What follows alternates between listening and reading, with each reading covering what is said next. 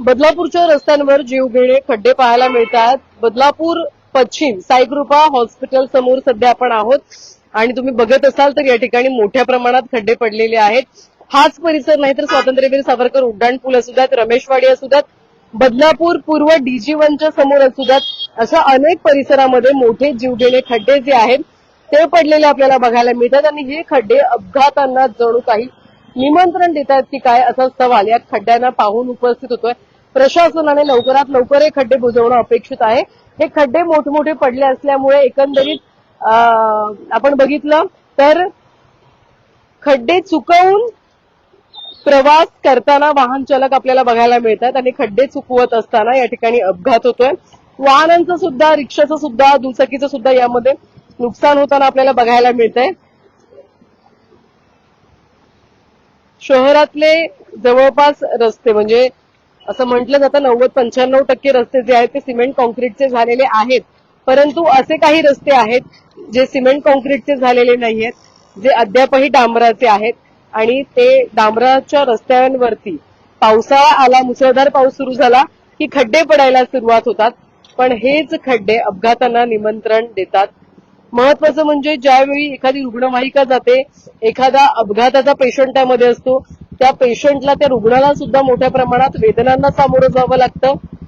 त्यामुळे हे जे काही मोठमोठे खड्डे आहेत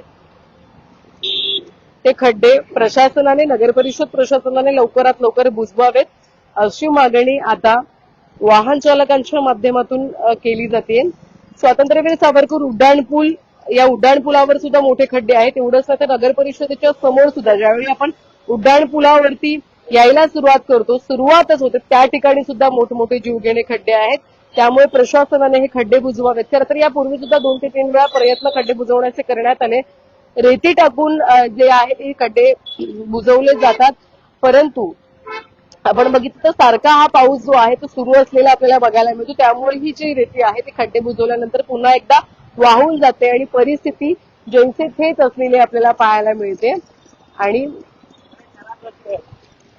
बघा, दुचाकी स्वाराच्या प्रतिक्रिया ऐकल्या असतील तुम्ही, खूप खराब रस्ते आहेत अशा प्रतिक्रिया त्यांनी या ठिकाणी दिलेल्या आहेत। त्यामुळे हाच परिसर नाही, हा एकच नाही तर शहरात सर्वत्र मोठ्या प्रमाणात खड्डे पडलेले आहेत। त्यामुळे एखादा अपघात होण्याआधीच प्रशासनाने काळजी घ्यावी।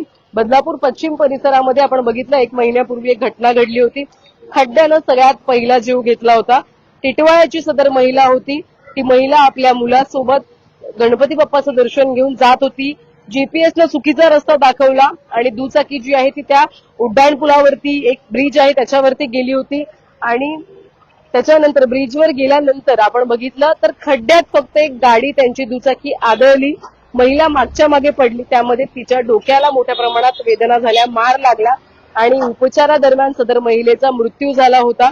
त्यामुळे अशीच घटना आणि पुन्हा एकदा बळी जर हे जे खड्डे घेत असतील त्या पूर्वी बुजवावेत अशी मागणी आता बदलापूरकरांच्या माध्यमातून केली जाते। तुम्ही बघत असाल रिक्षा सुद्धा मोठ्या प्रमाणात एका बाजूला जाताना झुकताना आपल्याला बघायला मिळतात। त्यामुळे नगर परिषद प्रशासनाने शहरभर पडलेले खड्डे जे आहेत रस्त्यांवर ते लवकरात लवकर बुजवावेत अशी मागणी आता वाहन चालकांच्या माध्यमातून एकंदरीत केली जाते। या संदर्भातले जे काही अपडेट असतील, जर प्रशासनाने खड्डे बुजवले याचे सुद्धा अपडेट आपण यापुढे घेत राहू। जर तुमच्या परिसरात जास्त खड्डे असतील रस्त्यांवरती किंवा इतर कोणती समस्या असेल तर आमच्यापर्यंत ती नक्की पोहोचवा। तर तेच थांबतोय व्हिडिओ जर्नलिस्ट साईल काळेसह श्रद्धा ठोंबे, न्यूज 1 मराठी बदलापूर।